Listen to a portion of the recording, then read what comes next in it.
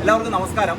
ബഷീർ സ്മാരക സമിതിയുടെ തലയോലപ്പറമ്പിൽ ബഷീർ സ്മാരക സമിതിയുടെ സെക്രട്ടറിയാണ് ഷാജിമോനാണ് എൻ്റെ കൂടെയുള്ളത്. ഞങ്ങൾ നിൽക്കുന്നത് ഫെഡറൽ നിലയത്തിന് മുമ്പിലാണ്. അതായത് തലയോലപ്പറമ്പിലെ ഫെഡറൽ ബാങ്കിൻ്റെ ശാഖ അല്ലേ? ഫെഡറൽ ബാങ്കിൻ്റെ ശാഖ ഒരു പക്ഷേ എനിക്ക് തോന്നുന്നു കേരളത്തിൽ ഇങ്ങനെ ഒരു ശാഖ ഉണ്ടാവുള്ളൂ. ഫെഡറൽ നിലയം എന്നുള്ള പേര് കേൾക്കുമ്പോൾ തന്നെ നമ്മുടെയൊക്കെ മനസ്സിൽ ഭാർഗവി നിലയം ആണ് പെട്ടെന്ന് വരുന്നത്. അപ്പോൾ ഇതിൻ്റെ ഒരുപാട് കഥകൾ ഉള്ള ഒരു സ്ഥലമാണ് ഇത് എന്ന് നേരത്തെ ഒരുപാട് കേട്ടിട്ടുണ്ട്. പക്ഷേങ്കിലും ഇതിൻ്റെ കുറേ കൂടി കാര്യങ്ങൾ ഷാജിമോനാണ് അറിയാറുള്ളത്. അപ്പോൾ അതിൻ്റെ എന്താണ് യഥാർത്ഥത്തിൽ?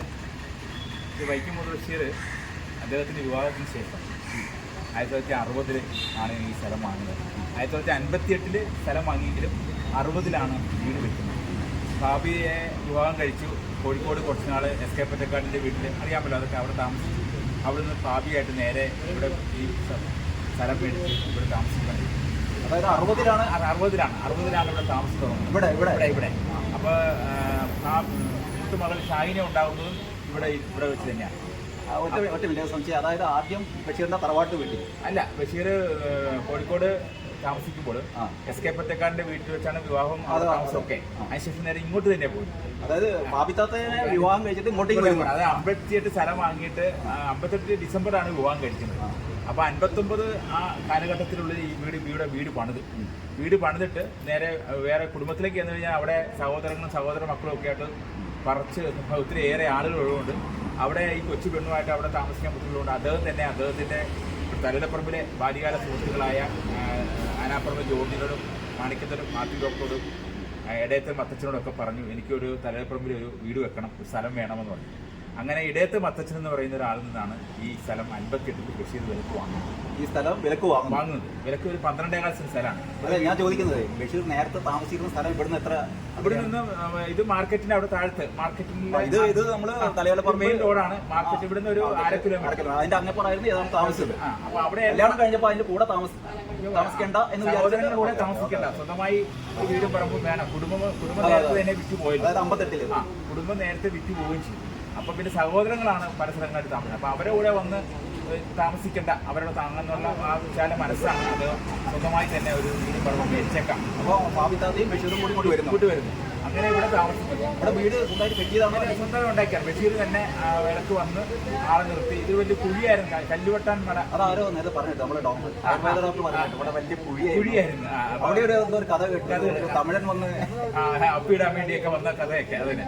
അപ്പോൾ കുഴിയായിരുന്നു. ആ കുഴിയെല്ലാം നികത്തി ബഷീർ തന്നെ വീട് ഇവിടെ വെച്ചു. അങ്ങനെ പിന്നെ ഭാവിയായിട്ട് വരികയായിരുന്നു. അപ്പോൾ അവിടെ SK പൊറ്റക്കാടിന്റെ SK Pottekkatt Lok Sabha member ആയതുകൊണ്ട് അദ്ദേഹത്തിന്റെ വീട്ടിലായിരുന്നു ഈ സാഹിത്യകാരന്മാരുടെ എല്ലാം ചന്ദ്രകാന്ത്. അപ്പോൾ ചന്ദ്രകാന്ത് പിന്നെ ഭാവിയായിട്ട് വീട് വരികയും. അപ്പോൾ ഇവിടെ താമസിച്ച സമയത്ത് അങ്ങനെ ഇരുന്നപ്പോഴാണ് ഈ ഭാർഗവി നിലയത്തിന്റെ തിരക്കഥ പൂർത്തീകരിക്കാൻ അദ്ദേഹത്തിന് ചില തടസ്സങ്ങളുണ്ടായി. മദ്രാസിൽ വെച്ച് എഴുതി തുടങ്ങിയെങ്കിലും അദ്ദേഹത്തിന് ചിത്രപ്രമവും കാര്യങ്ങളെല്ലാം ഉണ്ടായി. അങ്ങനെയൊക്കെ ഇത് വീണ്ടും പോയി. അപ്പോൾ അതിനൊരു പണി കുറേ എറണാകുളത്ത് നിൽക്കുക, അത് എങ്കിൽ പോലും എറണാകുളത്ത് തൃപ്പൂണിത്തുറയിലൊക്കെ ആയിട്ട് പൂർത്തീകരിക്കാൻ കഴിഞ്ഞില്ല. അവർക്കത് സിനിമയാക്കണം. അപ്പോൾ വിൻസെൻ്റ് ആണെങ്കിൽ പല രീതിയിലുള്ള നടന്മാരോടൊക്കെ കരാറ് പറഞ്ഞ് എല്ലാം വെച്ചിരിക്കുന്ന സമയത്ത് അവിടെ കൊടുത്തു. വിൻസെൻ്റ് ഇവിടെ വന്ന് അതിൻ്റെ സംവിധായകൻ ഇവിടെ വന്ന് ബഷീറോട് പറഞ്ഞു, ഇത് എനിക്ക് എത്രയും വേഗം തീർത്തു തരണം. അങ്ങനെയാണെന്ന് പറയുന്നത് നസീർ അടക്കമുള്ള ആ സിനിമയിൽ അഭിനയിച്ച ഒട്ടുമിക്ക ആളുകളും ഇവിടെ വന്ന് അങ്ങനെ ബഷീറോടൊപ്പം ഇരുന്നാണ് അത് പൂർത്തീകരിച്ചത്. അപ്പോൾ അങ്ങനെയൊരു അപ്പോൾ ഈ ഭാർഗവി നിലയം തലയോലപ്പുറത്ത് ഇരുന്ന മുഴുവൻ എഴുതിയെന്ന് പറയാൻ പറ്റില്ല, അത് പൂർത്തീകരിച്ചെന്ന് തന്നെ പറയും. അതാണ് ആ തിരക്കഥ ഇവിടെ വെച്ചാണ് കൈമാറുന്നത്. പിന്നീടാണ് അതിൽ ഷൂട്ട് നടക്കുന്നത്. അങ്ങനെ വന്നു. അങ്ങനെ 60 താമസിക്കുന്ന നല്ല ബഷീർ അടക്കൽ സാഹിത്യപുത്രനെ പോകും. ബഷീറിന്റെ സഹോദരങ്ങളും സഹോദര മക്കളും ഒക്കെ ഇവിടെ ഭാബിത്തായിട്ടും ഷാഹിനത്തായിട്ടും കൂട്ടുണ്ടാവും. അങ്ങനെ ഇവരെല്ലാം ഷാഹിനുണ്ട്. അപ്പോൾ അവര് അവിടെ നിന്ന് വരും. അപ്പം മാമൻ അല്ലെങ്കിൽ മുത്താപ്പ ഇവിടെ ഉണ്ടാകത്തില്ല. അപ്പോൾ മുത്തുമ്മയ്ക്കും അല്ലെങ്കിൽ മാമിക്കും ഒക്കെ ആയിട്ട് ഇവർ കൂട്ടിരിഞ്ഞ് വരും. അങ്ങനെ അവരൊക്കെ താമസിച്ചപ്പോഴാണ് ഈ ഭാബിത്തയുടെ വാപ്പ മരിക്കുന്നത്. കാരണം ഭാബിത്തയുടെ ഇടയത്തും കണ്ട് കുറച്ച് പിള്ളേർ. അപ്പോൾ അവർക്ക് ഇത് അങ്ങോട്ട് പോകേണ്ടി വന്നു. കാരണം അവിടെ വേറെ ആരും ഇല്ല. അപ്പോൾ ബഷീർ തീരുമാനിച്ചു എല്ലാം അങ്ങോട്ട് പോകാം. അപ്പം അങ്ങനെയായപ്പം ഇത് വിൽക്കാതെ മാർഗ്ഗമില്ല. അങ്ങനെ ഈ എറണാകുളത്തെ ബുക്ക് സ്റ്റാളിൽ സ്ഥിര സന്ദർശകനായിരുന്നു നമ്മുടെ ഫെഡറൽ ബാങ്കിൻ്റെ സ്ഥാപകനായ ഹോർമിസ്. അപ്പോൾ അദ്ദേഹം ബഷീറിൻ്റെ വലിയ കൂട്ടുകാരാണ്. അവിടെ എറണാകുളത്ത് സ്ഥിരമായി ചിന്തിക്കും. അന്ന് ആലുവയിൽ ഈ ഫെഡറൽ ബാങ്ക് തുടങ്ങി വരുന്ന സമയത്തൊക്കെ ഫെഡറൽ ബാങ്കിന് അധികം എല്ലാ ബ്രാഞ്ചുകളൊന്നും ആയിട്ടില്ല. എങ്കിലും ബഷീറിൻ്റെ ചില ചെറിയ നിക്ഷേപങ്ങളെല്ലാം ഫെഡറൽ ബാങ്കിലുണ്ട്. അപ്പോൾ ഇങ്ങനെ ഇത് പോയപ്പോൾ ഇത് അന്നത്തെ ഈ ഇത് മേടിക്കാൻ ആളുകൾ അപ്പോൾ ഈ ഓർബിസുമായിട്ടുള്ള പരിചയം ബഷീർ കാര്യങ്ങൾ പറഞ്ഞു ഓർബിസുണ്ട് ഇതേപോലെ എനിക്കിത് വിറ്റ് അങ്ങോട്ട് പോകേണ്ടിയിരിക്കുന്നു കോഴിക്കോടേക്ക് പോകണം അതാണ് അവസ്ഥ എന്ന് പറഞ്ഞപ്പം അത് ബഷീർ അന്ന് ഇതൊന്നും വിലയില്ല എന്നാലും ഫെഡറൽ ബാങ്കിന് വേണ്ടി ഈ ബഷീറിനോട് ഓർബിസ് 24,000 രൂപയ്ക്ക് ഇത് വിലക്ക് മേടിച്ചു. അത് ആധാരം ചെയ്ത് അത് 1964 ഈ നവംബർ 28 ഇപ്പോൾ 60 വർഷമായി ബഷീർ ഇത് ഫെഡറൽ ബാങ്കിൽ വെച്ചില്ല. എന്നിട്ടാണ് ഇവിടുന്ന് നേരെ പോയി ഇപ്പോഴത്തെ അത് കഴിഞ്ഞ് വേറെ വയലാലിയുടെ സ്ഥലം വാങ്ങുന്നത് അത് ഇവിടുത്തെ ഈ പൈസ കൊടുത്താണ് വയലാല് 2.25 ഏക്കർ ഭൂമിയുടെ അവകാശം പലർക്കും അറിയാത്ത 2.25 ഏക്കർ വാങ്ങി അവിടെ ഉണ്ടായിരുന്ന ആ 2.25 ഏക്കറിന്റെ ഒരു വീടുണ്ടായിരുന്നു. ആ വീട്ടിലായിരുന്നു ബഷീർ ആദ്യമാണ്. അത് ബഷീറിന് മരണം വരെ വീട് പൊളിച്ചിരുന്നില്ല. ഇപ്പോഴാണ് അനീസ് അതെല്ലാം പൊളിച്ച് ഒക്കെ പണിത്. അപ്പോൾ ആ 2.25 ഏക്കറിനകത്ത് അണ്ണാനും കുറുക്കനും ചേരയും ഈർക്കോലിയും എന്ത് വേണ്ട എല്ലാ പക്ഷിമൃഗാദികളും എല്ലാം ഉടക്കും. ആ വീട് വാങ്ങാൻ വേണ്ടിയിട്ട് 24,000 രൂപ വേണ്ടിയിരുന്നു. ഓർബിസ് പറഞ്ഞു ഒരിക്കൽ പോലും ഈ വിലക്കില്ല അന്നത്തെ കാലത്ത്. അന്ന് അതേപോലെ റോഡൊന്നുമില്ല. അപ്പൊ ഫെഡറൽ ബാങ്കിന് അന്ന് തുടങ്ങുന്നതുകൊണ്ട് ഒത്തിരി ഷെയർ ഹോൾഡേഴ്സ് ഒക്കെ ഉള്ളത് കൊണ്ടും ബഷീറിനോടുള്ള ഒരു കടപ്പാട് കൊണ്ട് ഇത് നല്ല മേടിച്ചാണ്. കാരണം ഫെഡറൽ ബാങ്കിന് ആയതുകൊണ്ട് അത് ആധാരത്തിലൊക്കെ ഇന്നത്തെ പോലെ കള്ളത്തരം കാണിക്കാൻ പാടില്ല. കാരണം അത് കമ്പനിയാണ്. അപ്പോൾ അവിടെ യഥാർത്ഥ വിലയും ഈ മുദ്രപത്രത്തിൽ ഇവിടെ ബാങ്കിനുള്ളിലുണ്ട്. ആ മുദ്രപത്രമൊക്കെ ബാങ്കിൽ പ്രദർശിപ്പിച്ചിട്ടുണ്ട്. അങ്ങനെ ഇവിടെ പിന്നെ ഫെഡറൽ ബാങ്ക് അങ്ങ് ഏറ്റെടുത്തു. പിന്നീട് ആ കാലത്ത് ഫെഡറൽ ബാങ്ക് ഏറ്റെടുത്ത് ശാഖകൾ തുടങ്ങിയില്ല. പിന്നീട് അവർ കോട്ടയം ജില്ലയിലെ 3ാമത്തെ ബ്രാഞ്ചായിട്ട് 66 ഇവിടെ തുടങ്ങും. 66 ബ്രാഞ്ച് ഫെഡറൽ ബാങ്കിന്റെ 3ാമത്തെ ശാഖയാണത്. കോട്ടയം ജില്ലയിലെ 3ാമത്തെ ബ്രാഞ്ചായിട്ട് 66 സ്റ്റാർട്ട് ചെയ്തു. അങ്ങനെ ഇവിടെ സ്റ്റാർട്ട് ചെയ്ത് അങ്ങനെ ആ വീട്ടില് ബാങ്ക് തുടങ്ങി. ആ വീട്ടിൽ തുടങ്ങി ബഷീർ താമസിക്കുന്ന അരപ്ലേസും എല്ലാം ഒക്കെ ഉള്ള വീട് നിലനിർത്തിക്കൊണ്ട് അടുത്ത ഭാഗത്തുള്ള അതിന്റെ നിർത്തി ഒന്നും കളഞ്ഞില്ല. ആ ഒരു ഗേറ്റൊക്കെ വെച്ചു. ആ 66 കാലത്തില്ലേ. അപ്പോൾ അത് കളയാതെ അതൊന്നും എനിക്ക് പറയുന്നത് ബാങ്കിന്റെ സുരക്ഷിതം വരത്തക്ക രീതിയിൽ അതൊന്നും മെയിൻറ്റെയിൻ ചെയ്ത് ബാങ്കല്ലേ. അപ്പോൾ അതുകൊണ്ട് ഇരുമ്പ് വാതിലൊക്കെ വേണമല്ലോ. അപ്പോൾ അങ്ങനെയൊക്കെ വെച്ച് അതങ്ങോട്ട് അതൊക്കെ പഠനം തുടങ്ങി. പിന്നീട് ആ ബ്രാഞ്ച് ചെറിയൊരു മിനിക്കൂർ നടത്തിയെങ്കിലും പിന്നീട് അത് വന്നപ്പോൾ ബഷീറിന്റെ മരണത്തിന് ശേഷം 2001 94 ബഷീർ മരിക്കുന്നത്. അപ്പോൾ 2001 ഈ ഓർബിസിന്റെ മകൻ രാജു ഓർബിസ് തലപ്പത്ത് വന്നു. അതായത് വാപ്പാടെ അല്ലെങ്കിൽ ഫാദറിന്റെ ഏറ്റവും അടുത്ത സുഹൃത്തായ ബഷീറിന്റെ ഓർമ്മയ്ക്ക് ഇത് ഈ ബാങ്ക് എന്തെങ്കിലും ചെയ്യണം. അങ്ങനെ അദ്ദേഹം ഈ സ്ഥലത്ത് വരികയും ചെയ്തപ്പം ഇത് പുതുക്കി പണിക്കാൻ തീരുമാനിച്ചു. അങ്ങനെ അദ്ദേഹം ഇപ്പോൾ നമ്മുടെ നെടുമ്പാശ്ശേരി വിമാനത്താവളം ആന്റണി സാറാണ് ഇതിന് പ്രോജക്റ്റ് പ്ലാൻ. അദ്ദേഹത്തെ ഇവിടെ കൊണ്ടുവന്ന് ഈ പ്ലാനെല്ലാം ചെയ്യിപ്പിച്ചു. ബഷീറിന്റെ സ്മാരകമായിട്ട് കേരളത്തിലെ ഏറ്റവും ആദ്യത്തെ ബഷീർ സ്മാരകമായിട്ട് 2001 ഇത് പണിത്. അപ്പോൾ അന്നേരം ഈ ഫ്രണ്ടിലേക്ക് ഇരുന്ന കെട്ടിടം പുറയിലേക്ക് തള്ളി വന്നു. മുറ്റത്ത് ഈ സൗകര്യങ്ങൾ പുറത്ത് വന്നിട്ട് അന്ന് അടുക്കള ഭാഗത്തുണ്ടായിരുന്ന കിണർ ബാങ്കിന്റെ ഉള്ളിൽ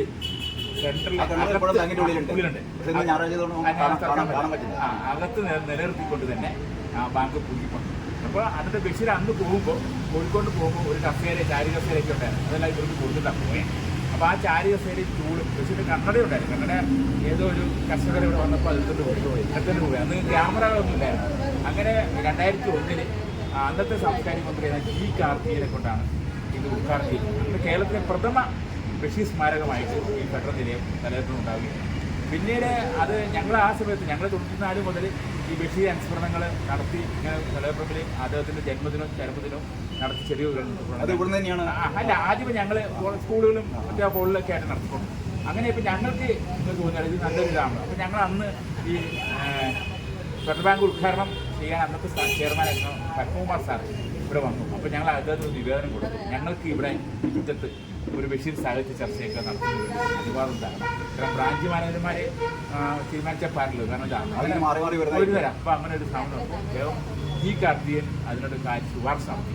അത് ഇവർ നല്ലൊരു ഇതാണ്. ഇപ്പോൾ പറഞ്ഞ് അപേക്ഷ തന്നാൽ മതി, ഞങ്ങൾ അത് ബോർഡ് കൂടി തീരുമാനിച്ച് തന്നോളാം എന്ന് പറഞ്ഞു. അങ്ങനെ 2001 മുതൽ ഞങ്ങൾക്ക് ഇവിടെ കൂടുന്നതിനും സാഹിത്യ ചർച്ച നടത്താനും പ്രതിമാസ സാഹിത്യ ചർച്ചകളും ബഷീർ ജന്മദിനവും ചരമദിനവും എല്ലാം ഇവിടെ നടത്തണം. അപ്പോൾ ഈ അകത്ത് ഞങ്ങൾ വർക്കിംഗ് ഡേ ആണെങ്കിൽ പോലും ഇപ്പോൾ ഈ കഴിഞ്ഞ ജൂലൈ 5 വർക്കിംഗ് ഡേ ആണെങ്കിൽ പോലും പ്രശ്നമല്ല. അതിവിടെ ഞങ്ങൾ സ്റ്റേജൊക്കെ ഇട്ട് തന്നെ. കാരണം രാവിലത്തെ ഉച്ചവരെയുള്ള പ്രശ്നങ്ങൾ കസ്റ്റമേഴ്സിനൊക്കെ വണ്ടി പാർക്ക് ചെയ്യാനൊക്കെ ഉച്ചവരെ നേരത്തെ തന്നെ നോട്ടീസ് ഇടും. പിന്നെ ജൂലൈ 5-ന് വൈക്കം മുഹമ്മദ് ബഷീർ ദിനമായതുകൊണ്ട് അന്ന് പരിപാടി നടക്കും. അതുകൊണ്ട് കസ്റ്റമർ ഇടപാടുകാർക്ക് ചെറിയ വിഷമങ്ങളുണ്ടാവും, അത് ക്ഷമിക്കണം എന്ന് പറഞ്ഞ് എൻ്റെ മനൊരു ബോർഡ്.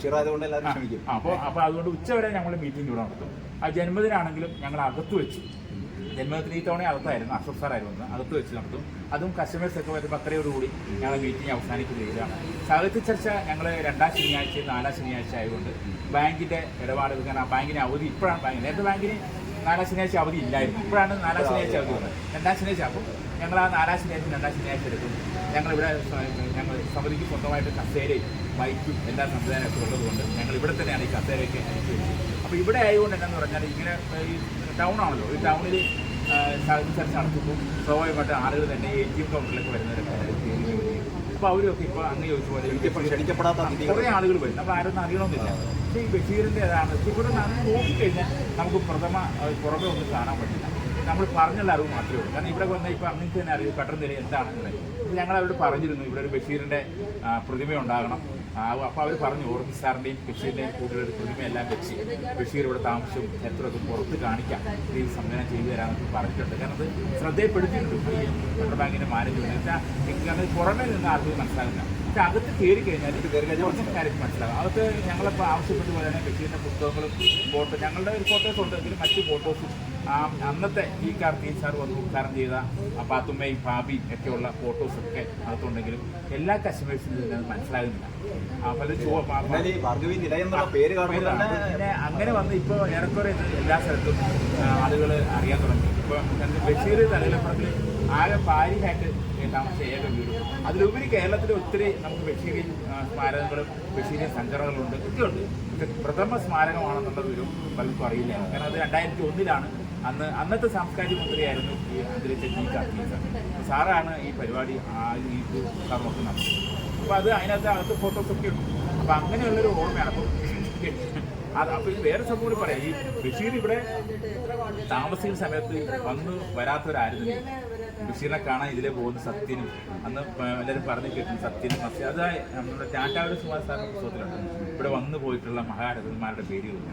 സത്യൻ സാറടക്കം നസീറും അന്നത്തെ തുക്കുറിശിയും അതുപോലെ KPCയുടെ ആൾക്കാരും അങ്ങനെയുള്ള പല ആളുകളും ബഷീറിനെ ഇതിലെ പോകുമ്പോൾ ബഷീർ, കാരണം അവർക്ക് ബഷീറിൻ്റെ വീട്ടിൽ വന്ന് ഭക്ഷണം കഴിക്കും. അപ്പോൾ ബഷീർ ആരെയും പട്ടിണി ഒഴിയല്ല. അപ്പോൾ നേരെ അന്ന് ഇതുപോലെ ഹോട്ടലൊന്നും ഇല്ലല്ലോ, നേരെ ഇവിടെ വരിക, അവിടെ ഭക്ഷണം കഴിച്ച് അങ്ങനെ ഈ പറയുന്ന ഈ ബഷീറിൻ്റെ സഹോദരന്മാരും മക്കളും ഒക്കെ വന്നായിരുന്നു പാചകം ചെയ്തത്. അപ്പോൾ അതുകൊണ്ട് ഈ ബഷീർ ഇല്ലെങ്കിൽ പോലും അവർ വന്നാൽ പോലും അവരെ പട്ടിണി കൊടുക്കുന്ന പരിപാടി ഭാവിക്കായിരുന്നു. അപ്പോൾ അതുകൊണ്ട് ഒരു ഭക്ഷണം കഴിക്കാനുള്ള ദിവസം പോലും അന്നത്തെ ഈ സാംസ്കാരിക നേതാക്കൾ നടന്നത് MD തന്നെ പറയുന്നത്. MD ഇവിടെ 2 ദിവസം കിടന്നിട്ടുണ്ട്. അതുപോലെ തന്നെ ആ കാലഘട്ടത്തിലുള്ള എല്ലാ ആളുകളും ആ കാലഘട്ടത്തിൽ ആരൊക്കെയോ ഉണ്ടോ കടന്നു പോയത് ഈ ബഷീറിൻ്റെ ഈ 4 കൊല്ലത്തെ താമസമാണ്. ബഷീർ ഇതിൽ പോയെങ്കിലും പിന്നീട് ഇപ്പോൾ 60 കൊല്ലമായി എന്നുള്ളത് ഈ അടുത്ത ആളുകളിലാണ് ആളുകൾ ഓർക്കുന്നത്. കാരണം ഞങ്ങൾ ഈ കൃത്യമായിട്ട് ഈ ഡേറ്റും കാര്യങ്ങളൊക്കെ ആളുകളെ അറിയിക്കുന്നതുകൊണ്ട് ഈ വർഷം തന്നെ ഈ 60 വർഷം ബഷീറാണ്. ഇവിടുന്ന് ബഷീർ പോയിട്ട് 60 ബേപ്പൂരി എന്നതും 60. അപ്പം കാരണം ഇവിടുന്ന് നേരെ ബേപ്പൂരിലാണോ, ബേപ്പൂർ സ്ഥിരമായി കാണുന്നത് 60 വർഷമായി. അപ്പോൾ അങ്ങനെയുള്ള ഒരു ഓർമ്മയാണ് ഈ പാർട്ടി നിലയം. തീർച്ചയായിട്ടും ഇത് തലയിലപ്പുറക്കാരെ സംബന്ധിച്ചോളം വലിയൊരു അഭിമാനമായാണ്. ഇതൊരു ബാങ്ക് എന്ന് പറയാൻ പറ്റില്ല, കേരളത്തിലെ സാംസ്കാരിക ബാങ്ക് എന്ന് വേണമെങ്കിൽ പറയാം. തലയിലപ്പുറം മാത്രമല്ല, അത് കോഴിക്കോട്ടുകാരെ സംബന്ധിച്ചിടത്തോളം കോഴിക്കോട് ഇപ്പം എന്താ പറയുക, ഈ സ്മാരകം പണി തീർന്ന് ബേപ്പൂര് വരാൻ പോകുന്നുള്ളൂ. അതൊക്കെ അറിയാം. ബേപ്പൂര് അവിടെ റിയാസ് അവിടുത്തെ MLA മുഖ്യടുത്ത് ബേപ്പൂര് വരാൻ പോകുന്നുള്ളൂ. അതല്ല, ഇതിപ്പം ഒരു ബാങ്കിൻ്റെ ആയതുകൊണ്ടാണ്. ഇങ്ങനെ ബാങ്ക് ഞങ്ങളോട് വലിയ ബഷീർ സ്മാരക സമിതിക്ക് വേണ്ട കാര്യങ്ങളെല്ലാം ചെയ്തു തരുന്നുണ്ട്. ബഷീർ സ്മാരക സമിതിയെ സംബന്ധിച്ചോളം വളരെ വലിയൊരു ഇതാണ്. കാരണം ഞങ്ങൾക്കൊരു പ്രത്യേകിച്ചൊരു സ്ഥാപനം ഇരിപ്പിടമൊന്നും തന്നെ ഇല്ല. ഞങ്ങൾ ഇത് ബഷീർ മരിച്ച 94-ൽ തുടങ്ങിയ ചെയർമാൻ ഇലൂർ രാധാകൃഷ്ണൻ സാറാണ്. ഏറെ നാൾ DC ഓഫീസിലൊക്കെ ഉണ്ടായിരുന്ന രാധാകൃഷ്ണൻ സാറാണ്. അപ്പോൾ രാധാകൃഷ്ണൻ സാറും ഉള്ള ബന്ധം, ബഷീറിൻ്റെ ബന്ധമൊക്കെ ഉള്ളതുകൊണ്ടാണ് അങ്ങനെയാണ് ഈ ബഷീർ സ്മാരക ഇത് സമന്വയമായിട്ട്. അപ്പോൾ ഈ വരുന്ന ആളുകളിൽ എനിക്ക് തോന്നുന്നു ഇതിൻ്റെ ഒരു പുറംഭാഗം കൂടി ഒന്ന് ബഷീറിൻ്റെ ഒരു തീർച്ചയായിട്ടും ഞങ്ങൾ പറഞ്ഞിട്ടുണ്ട്. ഞങ്ങൾക്ക് ഇവിടെ ഇതൊന്ന് ഒരു മൊത്തത്തിൽ കവർ ചെയ്തിട്ടാണെന്നും ഇവിടെ ഒരു പ്ലാറ്റ്ഫോം ഉണ്ടാകണമെന്നും ഇവിടെ ഓർബിസിൻ്റെയും ബഷീറിൻ്റെ ഒരു ചെറിയ ഒരു സ്റ്റാച്ചു ഉണ്ടാകണമെന്നും എനിക്ക് ആവശ്യപ്പെട്ടു. ഫെഡറൽ ബാങ്ക് അത് തീർച്ചയായിട്ടും ചെയ്തു തരാമെന്നും എത്രയും പെട്ടെന്ന് അങ്ങനെ ഒരു സംഭവം ഉണ്ടാവട്ടെ എന്ന് ആശംസിക്കുകയാണ്. കോഴിക്കോട് നിന്ന് വന്ന നമ്മുടെ സംഘത്തിന് അത് പ്രദീപ് ഇങ്ങനെ മാജിക്കൊക്കെ വരുമ്പോൾ തീർച്ചയായിട്ടും ഞങ്ങൾക്ക് വളരെ സന്തോഷമാണ്. കാരണം ഇവിടെ ഈ മാജിക്ക് ഇവിടെ നടത്തുമ്പോൾ ബഷീരകത്തും ബഷീരെങ്ങും പോയിട്ടില്ല. അപ്പോൾ അപ്പോൾ തീർച്ചയായിട്ടും അദ്ദേഹത്തിന് ഇവിടെ ബഷീറിൻ്റെ നാട്ടിൽ വന്നിങ്ങനെ പരിപാടി നടത്താമെന്ന് പറയുന്നത് തീർച്ചയായിട്ടും അത് വലിയൊരു ആ ടീമിന് തീർച്ചയായിട്ടും ബഷീർ സ്മാരക സമിതിയുടെ പ്രത്യേകമുള്ള അഭ്യർത്ഥന. അപ്പോൾ ഏതായാലും വളരെ സന്തോഷം. ശരി.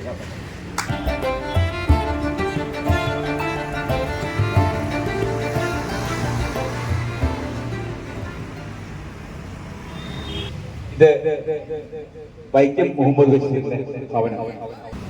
ബഷീർ തന്റെ നീല വെളിച്ചമുള്ള ഭാർഗവി നിലയം എന്ന തിരക്കഥയിലേക്ക് എത്തിപ്പെട്ട ആ വീട് ബഷീറിന്റെ പ്രിയ സുഹൃത്ത്, ബഷീറിന്റെ ശിഷ്യൻ, ബഷീർ ഒരു മകനെ പോലെ കരുതുന്ന മാജിക് പ്രദീപ്. ബഷീർ ഒരു മാജിക്കുകാരനാണ് എന്ന് പറഞ്ഞാൽ ഒരു നിങ്ങൾക്ക് വായന അറിയാൻ കഴിയും. ബഷീർ ഒരു പാചകക്കാരനായിരുന്നു, ബഷീർ ഒരു മാജിക്കുകാരനായിരുന്നു, ബഷീർ ഒരു സന്യാസിയായിരുന്നു, ബഷീർ ഒരു സൂഫിയായിരുന്നു, ബഷീർ ഒരു മുച്ചുകിളിക്കാരനായിരുന്നു. അങ്ങനെ പല രീതിയിലുള്ള അങ്ങനെ ബഷീർ മുച്ചുകിളി അല്ലെങ്കിൽ മാജിക്ക് നടത്തിയപ്പോഴൊക്കെ നമ്മുടെയൊക്കെ ഈ നാട്ടുകാരനായ പ്രിയപ്പെട്ട ശ്രീ വൈക്കം ചിത്രവാനിച്ചൻ, ശ്രീ പ്രീതന്റെ കൊച്ചു, അദ്ദേഹവും ബഷീറുമായി ചീട്ട് കളിക്കുകയും മാജിക്കും ഒക്കെ നടത്തി. 89 മുതൽ 1989 മുതൽ മാജിക്കുമായി ആ കലാപ്രകടനം അതൊരു സാംസ്കാരിക പ്രവർത്തനമാണ് മാജിക് എന്ന് പറയുന്നത്. നമുക്കൊരു പക്ഷേ മാജിക്കിനെ കോമാളി എന്ന് വിശേഷിപ്പിക്കാമെങ്കിലും ഇത് അങ്ങനെയല്ല, ഒരു സാംസ്കാരിക പ്രവർത്തനമാണ്. ആ രീതിക്ക് ഏറെ ചിന്തിക്കാൻ പറ്റുന്ന ഒരു കലാപ്രകടനമാണ്. അപ്പൊ മാജിക് എന്ന് പറയുന്നത് നിസ്സാരമായിട്ട് ബഷീർ പോലും കാണുന്നില്ല, ബഷീർ എഴുതിയിട്ടുണ്ട്. അങ്ങനെ ബഷീർ ശിഷ്യനായി ഉള്ള ഈ പ്രദീപ്, അദ്ദേഹത്തിന്റെ പേര് തന്നെ അങ്ങ് പേര് പോലും ഇടാൻ കഴിഞ്ഞത് ബഷീർ തന്നെയാണ്. 89 മുതലുള്ള ബഷീറുമായിട്ടുള്ള ബന്ധം, വയലാലിലെ ആയിട്ടുള്ള ബന്ധം, ഫാബിയും അനീസും ഷാഹിനയുമായിട്ടുള്ള അടുപ്പം, അതുപോലെ തന്നെ ഒട്ടുമിക്ക ബഷീർ കഥാപാത്രങ്ങളെയും നേരിട്ട് കാണുകയും അവരുമായിട്ട് നല്ല ബന്ധങ്ങൾ. ഇവിടെ തലയോലപ്പുറത്തിലാണെങ്കിൽ ചിത്രവാനിച്ചോട്ടുമായിട്ട് ഏറെ നല്ല ബന്ധങ്ങളുണ്ട്. ഏതാണ്ട് 2000-3000 താഴെ വേദികളായിട്ട് വിദേശ രാജ്യങ്ങളടക്കമുള്ള യൂറോപ്യൻ കൺട്രി, ഗൾഫ് രാജ്യങ്ങളടക്കമുള്ള വിദേശ രാജ്യങ്ങളടക്കമുള്ള പ്രകടനം നടത്തിയിട്ടുള്ള ഒരു ടീമുള്ള പ്രദീപ്. എനിക്ക് ഒരു പക്ഷേ അദ്ദേഹത്തെ നല്ല പരിചയമില്ല. ഈ അടുത്ത ദിവസങ്ങളിലാണ് അദ്ദേഹത്തിന്റെ യാത്ര കഴിഞ്ഞ ഈ ജനുവരി 19 കോഴിക്കോട് വയലാലിൽ അവിടുത്തെ MLA ടൂറിസം മന്ത്രിയുമായ ശ്രീ മുഹമ്മദ് റിയാസ് ഉദ്ഘാടനം ചെയ്ത ഈ അദ്ദേഹത്തെ ബഷീറിന്റെ ജന്മദിനത്തോടനുബന്ധിച്ചുള്ള ഈ മാജിക് പരിപാടി ബഷീറിന്റെ ജന്മനാട്ടിൽ നടത്തണമെന്നാണ് വിശദമായി നമ്മുടെ പ്രിയപ്പെട്ട അബ്ദുൾ അപ്പാഞ്ചരയെ സമീപിക്കുകയും അങ്ങനെയാണ് ഈ കഴിഞ്ഞ 2 ദിവസത്തിനുള്ളിൽ അദ്ദേഹം അവർ ഇന്നലെ ആ ടീം ഇന്നലെ എത്തിയും ഈ പ്രദേശവും തലയോലപ്പുറവുമായി ബന്ധപ്പെട്ട പ്രദേശങ്ങളിലൊക്കെ അദ്ദേഹം അവർ സഞ്ചരിച്ചിരുന്നു. ഈ പരിപാടിക്ക് ശേഷം വൈക്കത്ത് ബോട്ട് തിയേറ്റേഴ്സിന് ചെറിയ ഒരു പരിപാടി നടത്തി അവർ തിരിച്ച് ഞങ്ങളെ തൃശ്ശൂരിലെ സാഹിത്യ അക്കാദമിയും ലളിതകലാ അക്കാദമിയും സംഗീത നാടക അക്കാദമിയിലൊക്കെ സന്ദർശനം നടത്തി അവർ കോഴിക്കോട്ടേക്ക് ഈ മാസം 31 അവരുടെ പരിപാടി അവസാനിച്ചു.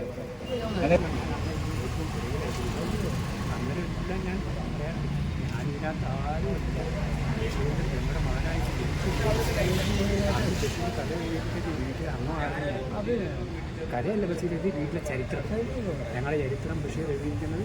അപ്പോൾ അതുമാരാണ് പുസ്തകത്തിനകത്ത് ഞങ്ങളുടെ ചരിത്രം തന്നെ. എന്നെ മാമ കുളിക്കാൻ കൊണ്ടു നടക്കുന്നത്, എന്നെ കൊണ്ടു നടക്കുന്നത് പറ്റും തന്നെ മാമ എന്നെ